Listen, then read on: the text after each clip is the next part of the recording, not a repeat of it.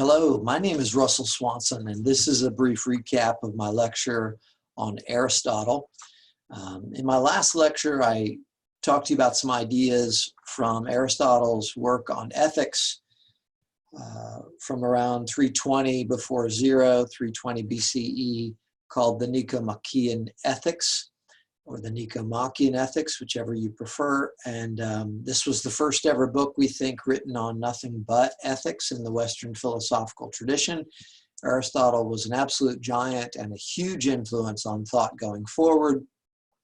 So in the last lecture, I developed some of his bio and some of his basic ideas. One I'll remind you of is his metaphysical conception. His conception of reality is what we call a naturalistic one, in that he believes, unlike his famous teacher Plato, that reality is not broken up into two parts, not two levels, as Plato said. It's one level of reality, the natural world, and we use our minds to think about our observations, and we try to find our good lives very much here in the natural world, whereas the Platonic conception, if you recall from that lecture in this series, based on the allegory of the cave, was a kind of a conception of a transcendent good, a good which transcends the physical and cultural realm. Aristotle is a little bit more down to earth in the sense that his metaphysics are naturalistic. And again, the legacy there will be long. In many ways, Aristotelian naturalism will set the stage for the reemergence of our study of the natural world once Greek philosophy is reborn. And in the Renaissance and expands out into the Enlightenment, we'll see naturalism and the systematic study of the natural world produce the scientific method in the modern era, and that's obviously going to be a big deal. There'll be some ironies there that I foreshadowed in the lecture, and that is that this continuation of Aristotelian naturalism will in some ways undercut some of the project of Aristotle from 2,300 years ago. Namely, that in the Nicomachean Ethics, Aristotle was dealing with the question of what is the purpose of human existence. And that very idea of purpose, of telos, of a teleological conception of the universe, will be called into question when we get to sort of this Aristotelian naturalism 2.0 that becomes the scientific worldview. Just to recap again some major ideas from the Nicomachean Ethics, Aristotle, is searching for the purpose of human existence. That's his strategy for trying to give us a sense for how to get the most out of human existence. He argues for his question by appealing to his teleological worldview. We talked a little bit about that. I also shared with you a brief recap of the argument against infinite regress, the idea that if we dig deeper and deeper into human motivation, we need to find a kind of a last answer there, or else everything else we do seems to be meaningless or without an ultimate justification. And so, having argued for the question, he proceeds thinking about what a good answer would look like, and he comes up with his three qualities for the greatest good, or his three qualities for the ultimate telos of human existence. And he says that such a good answer must be self-sufficient, it must be final, and it must be generally attainable. And then we went on to look, as Aristotle did, at the humans, right? That instead of just philosophically speculating alone about the nature of the good life and the purpose of existence, Aristotle, the proto-scientist, observes the humans and observes human culture, comes up with kind of a short list of the things that he observes and that people say, rejects some of them based upon his work in developing the three qualities of a good answer, and then ends up on this one that is often translated as happiness. And I ask that maybe we retreat to the Greek word eudaimonia, and then maybe look at another translation of that as human flourishing. Because at least while that's an answer that still doesn't give us too much concrete yet in terms of direction for our lives, it gives us a direction for our thought, namely, what does it mean to flourish as the kind of creature we are, leads to that question that we've seen many of the great thinkers go back to, which is, well, what kind of creature are we?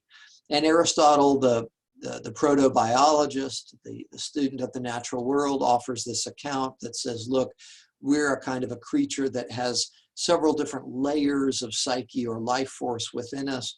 We have something that resembles plant life. He calls it the vegetative element of the psyche. We have something which resembles what we find in other animals that feel and move about in response to what they feel. He calls that the appetitive element of the psyche.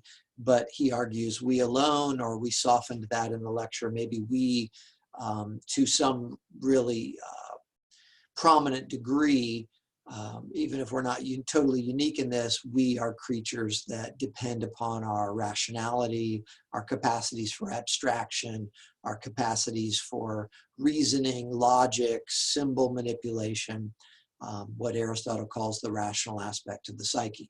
And based upon his claim that that's unique to us as a species, he begins to build up his definition of flourishing as the kind of creature we are by saying it's the activity of the rational aspect of the psyche. And then he adds a number of qualifiers to flesh out his definition, which I will restate as the activity of the rational aspect of the psyche in accordance with or in pursuance of virtue over an entire lifetime that is actively engaged, and that includes some reasonable amount of external goods. And then we focused in a little bit more on the very notion of virtue in that definition as a kind of an excellence in the life of the mind, or an excellence in the development of the rational aspect. And we fleshed that out in the two directions that Aristotle takes it, in terms of intellectual virtue and moral virtue, generally in terms of virtue or excellence in regards to how you think and how you learn and what you know, intellectual virtue. And then moral virtue is more about how you develop your mind and towards excellence in terms of the choices you make and in terms of the conduct that you engage in. And this generates a definition for Aristotle that the goal in terms of moral excellence is that we cultivate a kind of a character within ourselves that tends to make certain kinds of choices. Those choices are the choices that lie in a mean, and that mean is determined by reason. This points us towards the most famous aspect of Aristotelian philosophy, a real gem, if you ask me, of a teaching worth considering and worth wrestling with, and also a very, very famous part of Western philosophy, and that is the doctrine of the mean, which basically argues that virtuous choices in life, which could then feed into virtuous habits and the cultivation of a virtuous character as we try to make ourselves into who we want to be. Virtuous choices are choices that tend to be kind of moderate or lie in a mean between extremes, sort of too much of something and too little of something. We developed some examples, I think, in the lecture about courage and maybe about giving, maybe about relating to people outside of your primary relationships. Maybe we could add one more today and say that, is there a proper amount of pride? And for Aristotle, absolutely, there is a proper amount of sort of self-belief and confidence. If you go too far, it's kind of a foolish arrogance and, that overconfidence. If you have too little, then you lack self-belief and you're not capable with this kind of false modesty of pursuing your own life projects in the way that maybe you could. And so in this way, Aristotle offers us about as concrete a direction for us in our lives as he can, right? Because the beauty and subtlety of the doctrine of the mean is a part of this overarching teaching about how to flourish in human existence and how to make the most of human existence. The idea here is that you can't be given a kind of a simple set of do's and don'ts. That's one of the ways that maybe we raise children, because children, often benefit from kind of clear boundaries. But as we mature, we come to realize that life, is not so sort of all or none, not so black and white, that there are many gray areas in existence. And so Aristotle can't just say, do this, don't do that in order to have a good life. But he offers instead this kind of subtle teaching that excellent choosing tends to be moderate. Not always. There are situations that are extreme that might call for extreme choices, But there's just the point, right? Is that the teaching in the doctrine of the mean teaches that choosing well or choosing excellently is subtle because it involves a kind of a contextualism, right? A kind of a situational focus. Who are you and what's the situation? And now think through how you, in this situation, might try to justify a certain choice as more reasonable rather than less reasonable.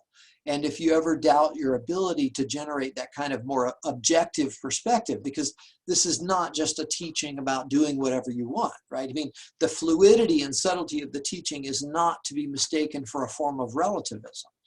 If you ever doubt your ability to generate a kind of an objective perspective on how you in a certain context would choose most wisely or virtuously, then the best you can do, and I find this very compelling, is put yourself into community, into kind of philia sophia, right? Into community with people that you respect, people that seem to exhibit what Aristotle calls a practical wisdom, or perhaps what we might call a moral virtue, that seem to have a record of choosing well. And they can maybe give you some of the considerations that you might want to look at, which would justify a certain kind of choice over another. Again, perfection isn't the goal. Perfection is not realistic, but the goal is to get better over the course of your lifetime while you are alive, get better at intellectual virtue and get better at moral virtue, and actualize your potential as this creature that specializes in the rational aspect of the psyche. And this is your best chance at a good life. And I hope you are flourishing. I wish you well.